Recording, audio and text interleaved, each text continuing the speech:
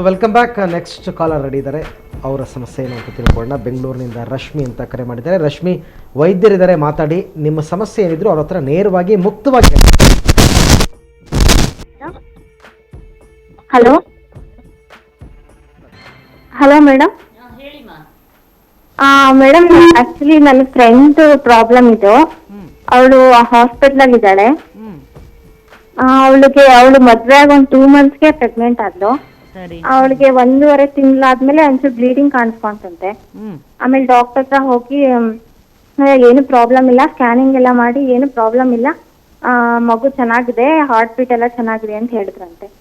ಮತ್ತೆ 3 months ಆಯ್ತು ಇವಾಗ. ಮತ್ತೆ ಅದೇ ಪ್ರಾಬ್ಲಮ್ಮು, ಫುಲ್ ತುಂಬಾ ಬ್ಲೀಡಿಂಗ್ ಆಗಿ ಮತ್ತೆ ಸ್ಕ್ಯಾನಿಂಗ್ ಮಾಡಿದ್ರಂತೆ, ಮಗು ಚೆನ್ನಾಗಿದೆ ಅಂತ ಹೇಳಿದ್ರಂತೆ. ಆಮೇಲೆ ತುಂಬಾ ಬ್ಲೀಡಿಂಗ್ ಆಗ್ತಿದೆ, ಏನೋ ಗರ್ಭಕೋಶದ ಹತ್ರ ಏನೋ ಸ್ಟಿಚ್ ಹಾಕ್ಬೇಕು ಅಂತೆಲ್ಲ ಹೇಳಿದಾರಂತೆ. ಅದಕ್ಕೆ ತುಂಬಾ ಹೆದರ್ಕೊಂಡು ಹಾಸ್ಪಿಟಲ್ ಅಲ್ಲಿ ಇದ್ದಾಳೆ. ಆಕ್ಚುಲಿ ಅಡ್ಮಿಟ್ ಆಗಿದ್ದಾಳೆ. ಅಲ್ಲ, ಇದೆಲ್ಲ ಆದರೆ ಹೆದರಿಕೆ ಇರುತ್ತೆ ನಿಜ. ಆದ್ರೆ ಅದಕ್ಕೆ ಏನು ತೊಂದರೆ ಇದೆ ನೋಡ್ಬಿಟ್ಟು ಅದಕ್ಕೆ ಸೂಕ್ತವಾದ ಪರಿಹಾರನ ವೈದ್ಯರು ತಿಳಿಸ್ತಾರೆ. ಅವಾಗ ಡಾಕ್ಟರ್ ಆಕ್ಚುಲಿ ನಂಗೂ ಗೊತ್ತಾಗ್ತಿಲ್ಲ ಏನ್ ಪ್ರಾಬ್ಲಮ್ ಆಗಿದೆ ಅಂತ, ಈ ತರ ಆಗಲ್ಲ ಅಂತ ಹೇಳಿದ್ರಂತೆ ಡಾಕ್ಟರ್. ಓಕೆ, ಅವರೇ ನಂಗೆ ಹೇಳಿದ್ರಂತೆ ಮೇಡಮ್. ಅದಕ್ಕೆ ಅವ್ರು ಗಾಬರಿ ಆಗಿದೆ. ಏನ್ ಪ್ರಾಬ್ಲಮ್ ಏನ್ ಮೇಡಮ್ ಇದು ಆಕ್ಚುಲಿ? ಅಲ್ಲ, ಇದು ಈಗ ಥ್ರೆಟನ್ಡ್ ಅಬಾರ್ಷನ್ ಅಂತ ಹೇಳ್ತೀವಿ. ಕೆಲವು ಕಾರಣದಿಂದ ಕೆಲವು ಸಲ ಗರ್ಭಕ್ಕೂ ಎಷ್ಟೋ ಜನಕ್ಕೆ 5-6 ತಿಂಗಳ ತನಕ ಒಂದು ಸ್ವಲ್ಪ ಬ್ಲೀಡಿಂಗ್ ಆಗಿರೋದನ್ನ ಎಷ್ಟೋ ಜನರಲ್ಲಿ ನೋಡಿದ್ದೇನೆ. ಅದು ಕೆಳಗಡೆ ಸ್ವಲ್ಪ ಹೆಚ್ಚಿನ ಒಂದು ರಕ್ತನಾಳಗಳಿದ್ದಾಗ ಅಥವಾ ಗರ್ಭಕೋಶ ಅದನ್ನ ಕಂಟ್ರಾಕ್ಷನ್ಸ್ ಅಂತ ಹೇಳ್ತೀವಿ, ಸಂಕುಚಿತಗೊಳ್ಳೋದ್ರಿಂದ ಸ್ವಲ್ಪ ಮಟ್ಟಿಗೆ ಬ್ಲೀಡಿಂಗ್ ಆಗಾಗ ಆಗ್ತಾ ಇರುತ್ತೆ. ಆದ್ರೆ ಒಳಗಡೆ ಗರ್ಭಧಾರಣೆ ಮಗು ಎಲ್ಲ ಚೆನ್ನಾಗಿದ್ರೆ, ಭ್ರೂಣ ಎಲ್ಲ ಏನು ತೊಂದರೆ ಆಗಿರ್ಲಿಲ್ಲ ಅಂದ್ರೆ ಅದು ಎಷ್ಟೋ ಸಲ ಪ್ರೆಗ್ನೆನ್ಸಿ ಕಂಟಿನ್ಯೂ ಆಗುತ್ತೆ. ಕೆಲವರಲ್ಲಿ ಏನಾಗುತ್ತೆ, ಈ ಭ್ರೂಣದಲ್ಲೇ ಕೆಲವು ತೊಂದರೆಗಳಿರುತ್ತೆ.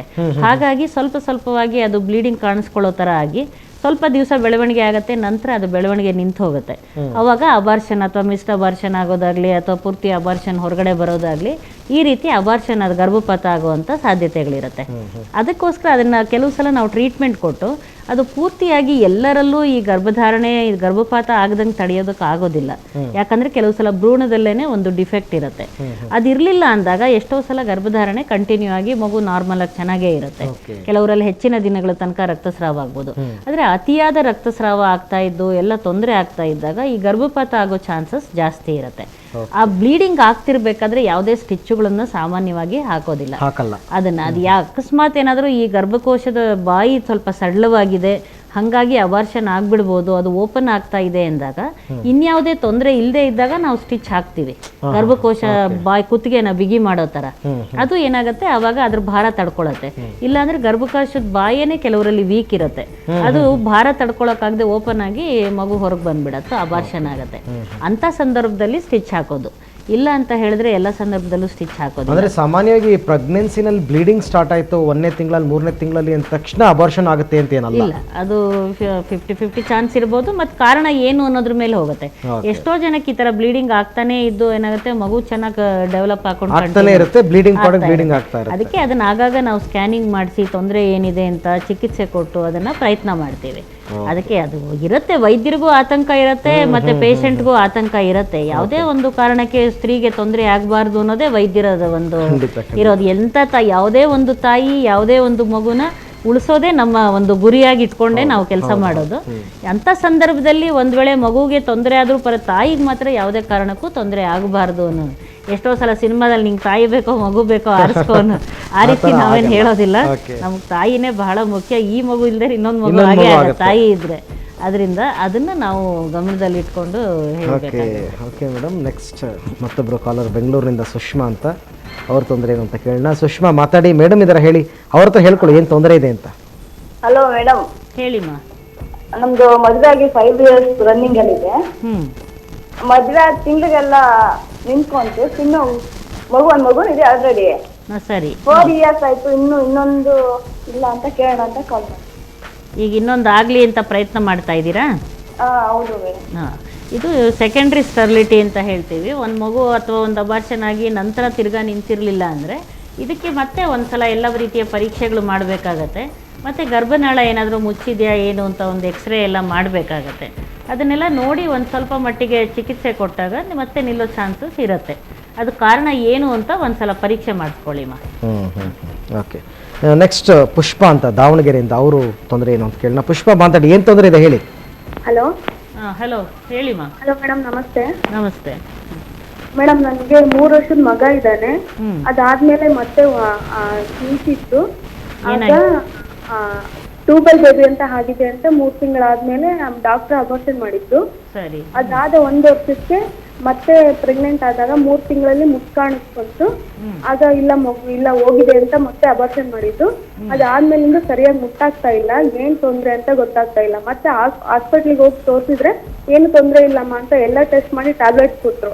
ಆದ್ರೂ ಕೂಡ ಮುಟ್ಟಾಗಿ ಒಂದೇ ದಿನ ಕಾಣಿಸ್ಕೊಳ್ತೇ ಹೊರತು ಮತ್ತೆ ಆಗ್ತಾ ಇಲ್ಲ. ಅದರಿಂದ ತುಂಬಾ ದಪ್ಪ ಆಗ್ತಿದೀನಿ. ಇದಕ್ಕೆ ಏನ್ ಕಾರಣ ಅನ್ಸುತ್ತೆ? ಅಂದ್ರೆ ಈಗ ತುಂಬಾ ದಪ್ಪ ಆಗ್ತಿದ್ದೀರಾ, ಮುಟ್ಟು ಕಡಿಮೆ ಆಗಿದೆ ಅಂದ್ರೆ ಬಹುಶಃ ಪಾಲಿಸಿಸ್ಟಿಕ್ ಓವರೀಸ್ ಆ ಥರ ಏನಾದರೂ ತೊಂದರೆ ಇರ್ಬೋದು, ಹಾರ್ಮೋನಿನ್ ತೊಂದರೆ. ಸ್ಕ್ಯಾನಿಂಗ್ ಎಲ್ಲ ಮಾಡಿಸಿ ಅದಕ್ಕೆ ನೀವು ಮೊದಲು ತೂಕ ಸ್ವಲ್ಪ ಕಡಿಮೆ ಮಾಡ್ಕೊಳ್ಳಿ. ಮತ್ತು ಈಗ 2-3 ಸಲ ಅಬಾರ್ಷನ್ ಆಗಿದೆ ಅಂತ ಹೇಳಿದರೆ, ಈ ಥರ ಅಬಾರ್ಷನ್ ಆಗಿ ಕ್ಲೀನ್ ಏನಾದರೂ ಆ ಥರ ಮಾಡಿದ್ದಾಗ ಸ್ವಲ್ಪ ಮಟ್ಟಿಗೆ ಆಮೇಲೆ ಸ್ವಲ್ಪ ಮುಟ್ಟಾಗೋದ್ರೊಳಗೆ ಒಂದು ರಕ್ತಸ್ರಾವ ಕಡಿಮೆ ಆಗ್ಬೋದು. ಹಾಗಾಗಿ ಇದೆಲ್ಲ ಯಾವುದಾದ್ರು ಒಂದು ಕೆಲವು ಕಾರಣಗಳಿಂದ ಹಾಗಾಗಿರುತ್ತೆ. ಅದು ಏನು ಅಂತ ನೋಡಿ ನೀವು ತೂಕ ಸ್ವಲ್ಪ ಕಡಿಮೆ ಮಾಡಿಕೊಂಡು ಅದು ಹಾರ್ಮೋನ್ ತೊಂದರೆಗೆ ಚಿಕಿತ್ಸೆ ಕೊಟ್ಟರೆ ಸರಿ ಹೋಗುತ್ತೆ ಅದು. ಓಕೆ ಮೇಡಮ್, ಒಂದು ವಿಶಿಷ್ಟವಾದ ಪತ್ರ, ಒಂಥರ ವಿಕೃತಿ ಮನಸ್ಸಿನ ಪತ್ರ ಅಂತ ಹೇಳ್ಬೋದು. ಹೆಸರು ಬೇಡ ಊರು ಬೇಡ ಅಂತ ಹೇಳ್ಕೊಂಡಿದ್ದಾನೆ. 20 ವರ್ಷದ ಹುಡುಗ ಪತ್ರ ಬರೆದಿರ್ತಕ್ಕಂಥದ್ದು. ಇವನಿಗೆ 20 ವರ್ಷ, ಈತನ ಅಕ್ಕನಿಗೆ 23 ವರ್ಷ. ಚಿಕ್ಕ ವಯಸ್ಸಿನಿಂದಲೂ ನಾವಿಬ್ಬರು ಒಟ್ಟಿಗೆ ಬೆಳೆದ್ವಿ, ಒಂದೇ ಕೋಣೆಯಲ್ಲಿ ಮಲಗ್ತಾ ಇದ್ವಿ. ಅವಾಗಿಂದಲೂ ನನಗೆ ಅಕ್ಕನ ಮೇಲೆ ತುಂಬ ಆಕರ್ಷಣೆ. ಇದು ತಪ್ಪು ಅಂತ ನನಗೆ ಗೊತ್ತಿದ್ರೂ ಕೂಡ ಮನಸ್ಸು ಕೇಳ್ತಾ ಇಲ್ಲ. ಆಕೆಯ ಜೊತೆ ದೈಹಿಕ ಸಂಪರ್ಕ ಬೆಳೆಸಬೇಕು ಅನ್ನುವಷ್ಟು ಆಸೆ, ಆದರೆ ಆಕೆ ಅದನ್ನು ನಿರಾಕರಿಸಿದ್ದಾಳೆ. ಈಗ ಅವಳಿಗೆ ಮದುವೆಯ ತಯಾರಿ ನಡೀತಾ ಇದೆ, ಮನೆಯಲ್ಲಿ ಮದುವೆ ತಯಾರಿ ನಡೀತಾ ಇದೆ. ನನ್ನ ಮನಸ್ಸಿನಲ್ಲಿ ಬೇರೆ ಯಾವ ಹುಡುಗಿಯರನ್ನು ನಾನು ಕಲ್ಪಿಸ್ಕೊಳ್ಳೋದಕ್ಕೂ ಕೂಡ ಆಗ್ತಾ ಇಲ್ಲ. ಈಗ ಅವಳಿಗೆ ಮದುವೆ ಮಾಡ್ತಾ ಇರೋದ್ರಿಂದ ನನಗೆ ಹುಚ್ಚು ಹಿಡಿಯೋದೊಂದೇ ಬಾಕಿ. ಇದರಿಂದ ನಾನು ಹೇಗೆ ಹೊರಬರಲಿ, ಮಾನಸಿಕ ತಜ್ಞರ ಹತ್ರ ಹೋಗಬೇಕಾ ಹೇಗೆ ಅಂತ ಕೇಳ್ಕೊತಾ ಇದ್ದಾರೆ. ಖಂಡಿತವಾಗ್ಲು ಇದು ಒಂದು ಸ್ವಲ್ಪ ಮಟ್ಟಿಗೆ ಮಾನಸಿಕ ತೊಂದರೆ ಅಂತಾನೆ ಹೇಳ್ಬೋದು. ಮಾನಸಿಕ ತಜ್ಞರ ಹತ್ರ ಹೋಗಿ ಅದಕ್ಕೆ ಒಂದು ಸ್ವಲ್ಪ ಚಿಕಿತ್ಸೆ ಪಡ್ಕೊಳ್ಬೇಕಾಗತ್ತೆ. ಯಾಕಂದ್ರೆ ಯಾವುದೇ ಒಂದು ರೀತಿಯಾಗಿ ಈಗ ನೈತಿಕವಾಗಿ ಸಾಮಾಜಿಕವಾಗಿ ನೀವು ಯಾವುದೇ ಒಂದು ರೀತಿಯಾಗಿ ನೋಡಿದಾಗ ಇದು ತಪ್ಪು ಅನ್ನೋದು ಖಂಡಿತವಾಗ್ಲೂ ಆ ಥರ ಒಂದು ಅದು ಅಕ್ಕ ತಮ್ಮ ಸಂಬಂಧ ಅನ್ನೋದು ಅದಕ್ಕೆ ಒಂದು ಪವಿತ್ರವಾದ ಸಂಬಂಧ. ಅದು ಅದಕ್ಕೆ ಒಂದು ವಯಸ್ಸಿಗೆ ಬಂದ ನಂತರ ಒಂದು ರೀತಿಯ ನಂತರ ಮನೆಯಲ್ಲೇ ಇರಲಿ ಅಕ್ಕ ತಮ್ಮ ಅಣ್ಣ ತಂಗಿ ಯಾರೇದೇ ಇದ್ರೂ ಕೂಡ ಸ್ವಲ್ಪ ಮಟ್ಟಿಗೆ ಅವರು ಸ್ವಲ್ಪ ಇದು ಬೇರೆಯಾದ ರೀತಿಯಲ್ಲಿ ಅವರ ಒಂದು ಬಹಳ ಸನಿಹತೆ ಜಾಸ್ತಿ ಆಗದಂಗೆ ನೋಡ್ಕೊಳ್ಳೋದು ಕೂಡ ಎಲ್ಲರೂ ಏನು ಆ ಥರ ಆಗಲ್ಲ. ಯಾಕಂದ್ರೆ ನೀವು ಮನೇಲಿ ಬೆಳೆಸಿರೋ ಒಂದು ಆ ಮೌಲ್ಯಗಳು ವ್ಯಾಲ್ಯೂಗಳು ಸಂಬಂಧಗಳು ಇಟ್ಕೊಂಡಾಗ ಬಹಳಷ್ಟು ಜನಕ್ಕೆ ಆ ಸಂಬಂಧಗಳನ್ನ ಉಳಿಸ್ಕೊಳ್ತಾರೆ. ಎಲ್ಲೋ ಕೆಲವು ಮಕ್ಕಳಲ್ಲಿ ಅಥವಾ ಕೆಲವರಲ್ಲಿ ಇದು ಒಂದು ವಿಕೃತಿ ರೂಪ ತಾಳ್ಬಹುದು. ಆ ರೀತಿ ತಾಳಿದಾಗ ಅದು ಒಂದು ಮನಸ್ಸಿನ ವಿಕಾರ ಆಗತ್ತೆ, ಅದು ಲೈಂಗಿಕ ವಿಕಾರ ಅಂತ ನಾವು ಹೇಳ್ಬೋದು. ಆ ಥರ ಇರಬೇಕಾದ್ರೆ ಇದು ತಪ್ಪು ಅಂತ ತಿಳಿದಾಗ ಅವನಿಗೂ ಗೊತ್ತಿದೆ ತಪ್ಪು ಅಂತ, ಆದರೂ ಕೂಡ ಮನಸ್ಸಲ್ಲೇ ಎಳಿಸತ್ತೆ. ಅಂದ್ರೆ ಒಂದು ಥರವಾದ ಒಂದು ಅಬ್ಸೆಸಿವ್ ಕಂಪಲ್ಸಿವ್ ಡಿಸಾರ್ಡರ್ ಒಂದು ಕೆಲವು ಒಂದು ಮಾನಸಿಕ ತೊಂದರೆನಲ್ಲಿ ಈ ರೀತಿಯಾಗಿ ಒಂದು ಪದೇ ಆ ಭಾವನೆಗಳು ಬೇಡ ಅಂದ್ರೂ ಬರೋದು, ಅವರಲ್ಲಿ ಆ ಕಂಟ್ರೋಲ್ ಇರಲ್ಲ ಅವ್ರ ಭಾವನೆಗಳ ಮೇಲೆ. ಅಂಥ ಸಮಯದಲ್ಲಿ ಚಿಕಿತ್ಸೆ ಕೊಟ್ಟಾಗ ಅದು ಸರಿ ಹೋಗುತ್ತೆ. ಅಲ್ಲ, ಇಂಥ ವಿಚಾರದಲ್ಲಿ ಪೋಷಕರ ಪಾತ್ರನೂ ಮುಖ್ಯ ಅಂತ ಅನ್ಸುತ್ತೆ. ಬಹಳ ಮುಖ್ಯವಾಗಿ ಹಿಂಗೆಲ್ಲ ಸಾಧ್ಯತೆಗಳಿರುತ್ತೆ ಅಂತ ಇದನ್ನ ಒಂದು ಸ್ವಲ್ಪ ನೋಡ್ಕೊಳ್ಬೇಕಾಗತ್ತೆ ಅವರು. ಅವಾಗ ಅವ್ರ ಅಕ್ಕ ಆದವಳು ಕೂಡ ಈ ತರ ಒಂದು ಅವನಿಗೆ ಸ್ವಲ್ಪ ತಪ್ಪು ದಾರಿನಲ್ಲಿ ಅಥವಾ ಅವನ ಭಾವನೆ ವರ್ತನೆಗಳು ಸ್ವಲ್ಪ ಬೇರೆ ಆಗ್ತಿದೆ ಅಂದಾಗ ಅದಕ್ಕೆ ಮೊದಲೇ ಮುನ್ನೆಚ್ಚರಿಕೆ ಹತ್ರ ಹೇಳಿ ಒಂದು ಸ್ವಲ್ಪ ಅವರಿಂದ ದೂರವಾಗಿದ್ದು ಮಾಡೋದನ್ನ ಅವ್ರು ಮಾಡೋದು ಬಹಳ ಒಳ್ಳೇದಾಗತ್ತೆ ಅವಾಗ. ಓಕೆ ವೀಕ್ಷಕರೇ, ಮತ್ತಷ್ಟು ಕರೆಗಳು ಮತ್ತಷ್ಟು ಪತ್ರಗಳು ಮತ್ತೊಂದು ಬ್ರೇಕ್ನ ನಂತರ.